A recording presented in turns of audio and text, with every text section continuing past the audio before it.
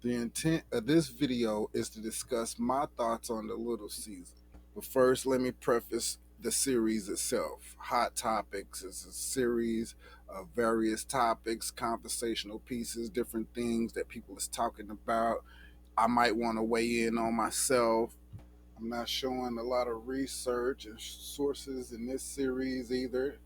I'm mostly talking to those of you who know a little bit about the things that I'm talking about, or those of you who know a lot about it. So for now, we just talking. That's what this series is for. Feel free to hit me in the comments with any questions, requests, corrections, what have you. We're going to keep it moving.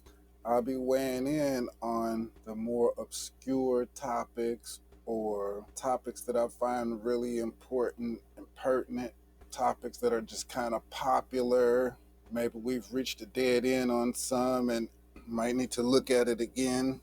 And for those of you who ain't exactly up to speed on all of these topics, you will be able to get something out of this still, and you'll be able to refer back to some of my other videos, and I will be doing more videos in the future where I expound on some of these things, where I will be showing my research and sources, and at the very least be able to offer other content creators as sources who could do it or say it better than I possibly could.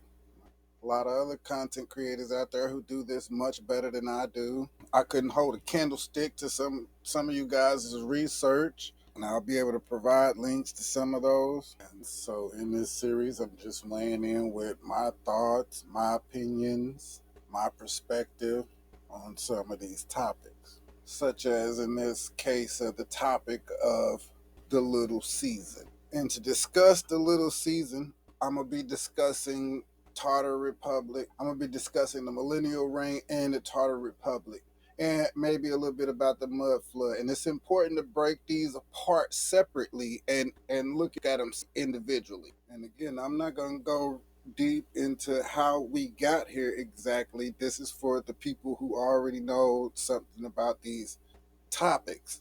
But let's break these things apart and look at them separately. The whole question is, are we living in the little season right now? Are we in the little season right now? And right off the top, I want to let this be known, just as an independent researcher, I conducted my research years ago, far before the truther movement was ever even invented, before the internet was even invented. I researched a lot of these things and had already had my conclusion to a lot of these things. And so, I'm going back and, researching and reconcluding again, reconducting my investigation and coming to new conclusions again. So take all this into account also. I conducted a full length investigation back in the 90s on exactly all of these things. I asked myself that very exact same question. Where are we in history? I had already knew about the millennial reign, Satan's little season, revelations, scoured through all the prophets, the poets, the historians. I mean as much as I could. And I asked myself that then, are we in Satan's little season? And at the conclusion of my investigation, the outcome was, in my opinion, at that time, that we are in Revelations at some point in Revelation. Now that's the mainstream narrative. That's the going thought process. And now this was an independent, unbiased investigation, meaning I didn't look at it from a biblical standpoint. I didn't look at it from an atheist standpoint. I didn't look at it from a scientist standpoint. I didn't look at it from a naturalist standpoint. I looked at it through, maybe a hypercritical, super critic, meaning I just criticized everything, meaning I just took everything off the table, and only things that I could prove go on the table went back on the table. So that's how I came to the conclusion back then that we were in some stage of revelations. And after all the modern technology, the modern age, the truther movement, the enlightenment, which in itself is revelations, itself. And after listening to many points of views, my opinion on that is that we are still in some stage of revelations. It seems that we are in some of the later stages of revelations versus the little season. And let me tell you why. So to quickly evaluate the little season, to even get to the little season, you got to go back through the millennial reign. To get through the millennial reign, you got to go back through Tartaria and mud flood or something like that. So to reach the conclusion that we are in the little season, we have to examine the millennial reign. And to examine the millennial reign of Christ. Now, and to examine the millennial reign of Christ, we looking at these buildings just like this, where we can all agree are from the era of the Tartar Republic, meaning the era that the Tartar Republic controlled the world. It seems as if we all agree on that. Couple things we don't agree on. I don't agree with. This video is going to be longer than I want it to be. I want to keep these short and simple. So we examining these buildings, we looking at them, scrutinizing them, and I love it. I think it's the greatest thing ever. It's the best thing we should be doing right now. Looking at everything closely with a new set of eyes. Now these are all just stock pictures I'm choosing here. We can pick any of them. We can pick any city, any state, any country. We can find some of these have similarities across the board. That's a fair assessment. But you got to look at them closely. And we all looking at them closely. And it is. It's one of those things that the more closely you examine it, the more you'll find. And the closer you get, the more it seems to not even exist at all. Kind of like atoms or light particles or even life itself. And again, sorry this is so blurry, but it serves to prove my point. So the first thing I want to point out, again, something that everybody already know. Look at these doors. We know these doors are made.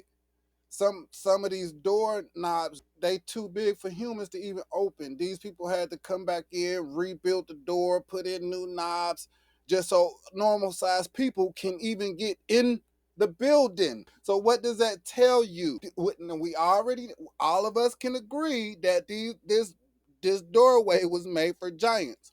Now, of course, they got other doors that was made for smaller sized people. But what that tells you right off the top, we don't got to dig really deep to figure this one out. This building was made for giants. That's easy. And there's a great possibility that it was made by giants. No, that's easy. Okay, so how does that factor in when we looking at this as Tartarian or millennial reign or Satan's little season? How does this factor in? Okay, you got to factor that in. Can't throw that out. This building was made by giants, for giants, period. Full stop. I'll wait.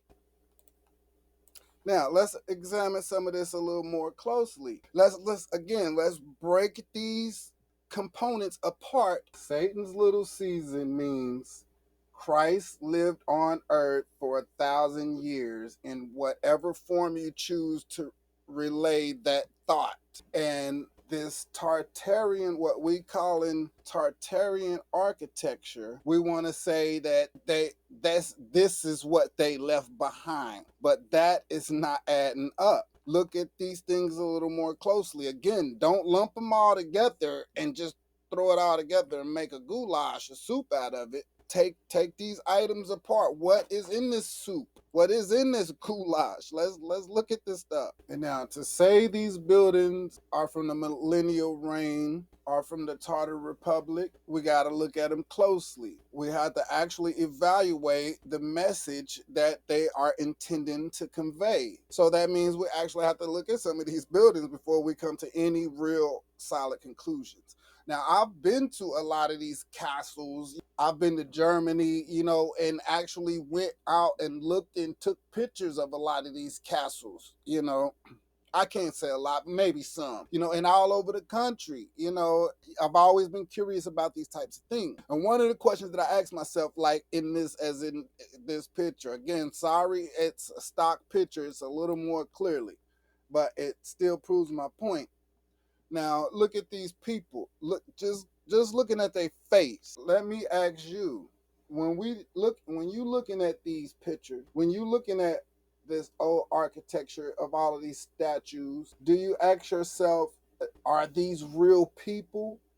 Or are the faces just the artist's rendition? And now, of course, I'm sure we could all agree that some are definitely real people and some are just artist characters that the artist just made up. So then my next real solid point is number two is when looking at these buildings from a perspective of someone who's actually been out and touched some of these statues, some of these buildings physically. I'd have to ask you, where's all the black people? Okay, how does that now? Okay, now we could. I'ma just be honest. We all know that I am what is so called. I am a so called black person. Now, and I looked at all of these statues, even from a kid walking around looking at these statues, I ask myself, where's all the black people? Now, seriously, this question, I don't care what now. This question has to be answered before you can come to any realistic, viable conclusions. Because I don't want to rant. I didn't want it to be no rant. Stop that. Okay, let me calm down because I didn't want it to be a rant, but I'm not going back and recording all that over.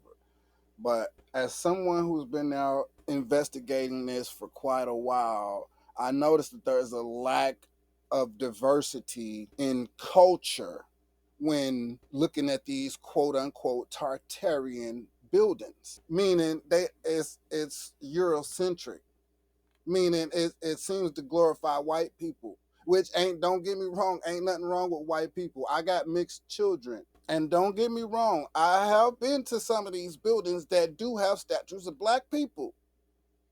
But again, and we can go 1,000 different ways with this. But like I say, a lot of these buildings that we talking about when talking about quote unquote Tartaria, the Tartar Republic, I mean, I'm gonna just say it flat out. It seems to be glorifying the Greek gods. I mean, the Roman god, the fallen angels, whoever. And don't get me wrong, I have been to some places that do have statues displaying people with ethnic features. I guess just since we talking, but black people who appear to be black.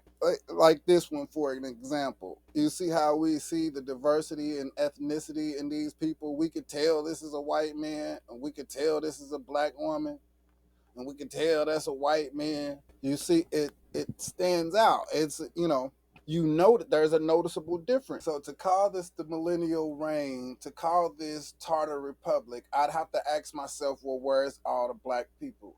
And sure, because I'm so-called black. But okay, let's be fair. Where is all the Mexican people? Where is all the African people? Where's the Chinese people fit in all of these Tartarian buildings? And so to call this the millennial reign of Christ, you're saying that these buildings were inspired by or were built during or at least made it through the 1,000 years that Christ walked the earth. And now that would be fair. But again, I'd have to ask myself questions like, where's all the black people? Where's all the diversity? Where's all the other people? And you would have to look closely. And when you do, again, you do see examples of diversity, other cultures, on some, when you look at a lot of these buildings, you do see a little bit of everything. But then, and again, that's kind of what the problem is. You see a little bit of everything. You see this quote unquote holy man right here, but then you see gargoyles and chimera, in harmony even, or whatever. We can again interpret different things 1,000 different ways. So that's why we throw everything off the table. Nothing's on there unless we can prove that it's supposed to go on there. So 1,000-year reign of Christ, what exactly would that look like? And so we look closer at these pictures. If we really want to know, let's let the story tell us instead of us telling the story. These people here, these images, they look like the actual images of the actual people. That's very notable when conducting an investigation. So, like for example, if you look at these closely, these almost to me just look like artist rendition. you know Look at these people on the bottom, got to factor a lot of these smaller details in. So these are artist rendition. Again, they all depicting, so whatever artist rendered images such as this, I don't know, but these might not even be white people, I don't know. And so we got to look at the actual stories that they're telling on with these images, with these statues, with the buildings themselves. Read the whole story. We can't just take pieces out of it that we want and examine those pieces and leave everything. We can't do that. A lot of times, the building it whole, the images themselves seem to be telling a dark, dismal story. Death, destruction. Some of them got angels and demons. Gargoyles and chimeras. So I mean, we got to evaluate the whole story, and all of that sounds. I've listened to enough YouTubers. I listened to enough different points of views.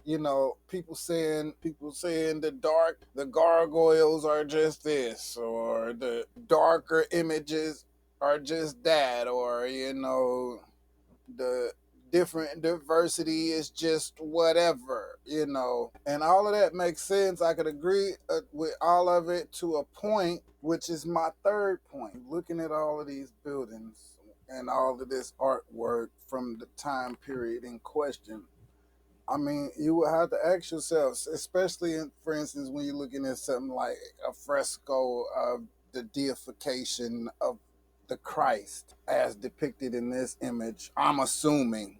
Again, you'd have to ask yourself some of those tough questions that nobody wants to ask and nobody wants to answer. Where's all the diversification? Where's the different groups of people? Are these images the artist rendition, or are these the real people depicted in these images? And why would the deification of the Christ be chiseled on a building made by giants for giants? That does not add up. Not in the mainstream narrative, not the way y'all trying to spin it. There's just not enough there to convince me. We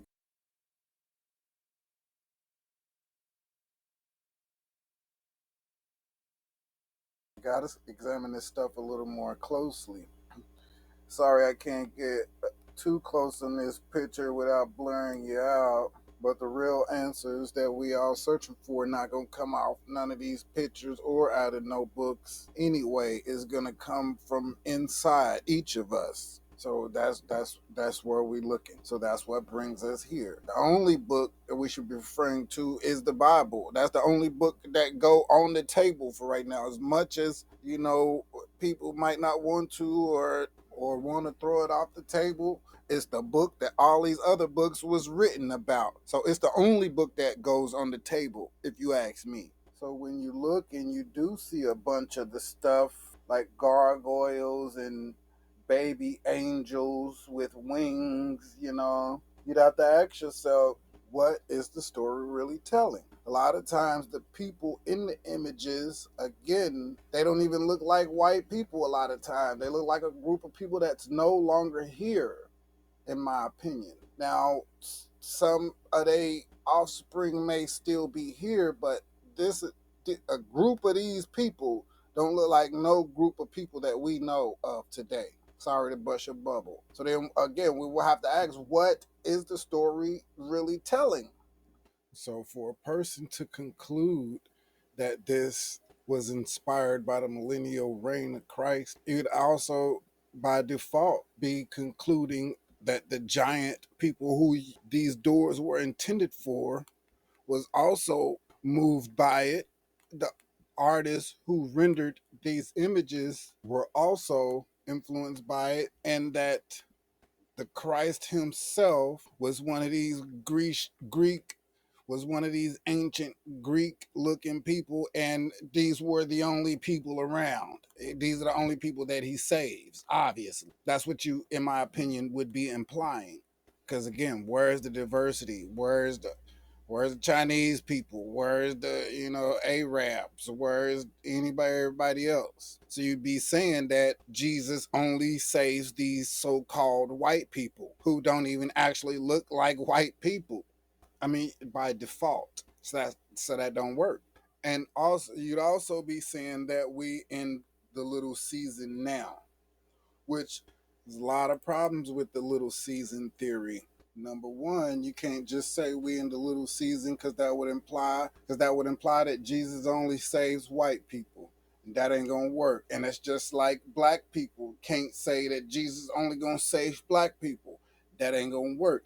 In my opinion, that is an illustration of the great deception right there in our face. There's all parts of it, and that is something that I'm going to break down in another video where I will absolutely be pulling out the Bible and see if we can break that down and come to some proper conclusions. Because see, don't none of us got the right to say who the Most High gonna save or who he ain't gonna save. So that's number one, right in our face. And another thing wrong with the little season theory, and don't get me wrong, there's nothing wrong with kicking it around as a theory, because if this is something that means we are all on the right page when asking the question, where are we in history? Because it's utterly important that we ask that question as many times as it takes to get the right answer. That shows that we are all on the same page. We on the right page. We all on the same page, at least in that aspect. But another thing wrong with the little season is right there in the title, the little season. We don't know if we talking about a normal Earth season or a God year season. Well, again, right there in the title, it's called the little season. So why would we be assuming that this needs to take at least or up to or in the vicinity of 250 years? Wouldn't a little season, if a year to us is like 1,000 years with God, if a year to us is like 1,000 years with the Most High, some people are saying that would make the little season 250 years. Well, that wouldn't be a little season then, would it? That would be a whole full season, a God season, wouldn't it? That would be an extra. That would be a super season, wouldn't it? So if it were a little season, it would imply that it was a regular 1 year Earth cycle season, if that's the title, the little season. And to not ponder that too much, regardless if it were 3 months or 300 years, if it lasted 300 years, where does the big reveal that we're going through now fit into that? They must have took those books out of the Bible too, where it says revelations is gonna occur even during the little season. That because we're definitely going through a period of a big reveal right now. That almost, it's right there in the title. That's what revelation means, the revealing of things. The veil has been lifted. What part of the little season does that fit in? Oh, okay. Well, history repeats itself. So, well, why then has some of these systems of oppression that has been keeping us down, just the systems themselves have been living for longer than 300 or 400 years? How can you have 400 years of slavery that everybody talking about inside of Satan's little season? See, that don't make sense to me. The systems that they're using to oppress us, the system itself has been around for at least 1,000 years. Think about the system of racism itself. That's something we will examine more closely. But from this perspective, how long do you think racism itself has been around? That kills the little season theory for me. Some of these other eximes that they're using against us, some of these other tricks and traps that they're using against us. See, I've given this thing a somewhat thorough investigation, and independent of all the nonsense and the rhetoric and the noise, and I estimate that the thought processes that oppress us, which brings us to our little truther movement today, that system that brought us to the truther movement today, I estimate to have been around for at least 800 to 1,000 years. So you got to think about it. Like I say, things just like racism, as simple as racism can be used to prove my point. We are slowly coming out of racism now, you know, within the last 50 to 100 years. Think how long it took them to even get people to even to even hate another person because of their race. Just think how long it took a thought process that does not happen under normal circumstances, period. So how long did that take? How long does that process actually take? You got to think about it. And of course, maybe I'm predisposed to being forced, I'm predisposed to having to think about something like that because I am so-called black. So maybe you guys have luxuries that I don't have in that aspect. But trust me, take my word for it, that is not an easy thing to do. Just think about the system of government, the governmental system.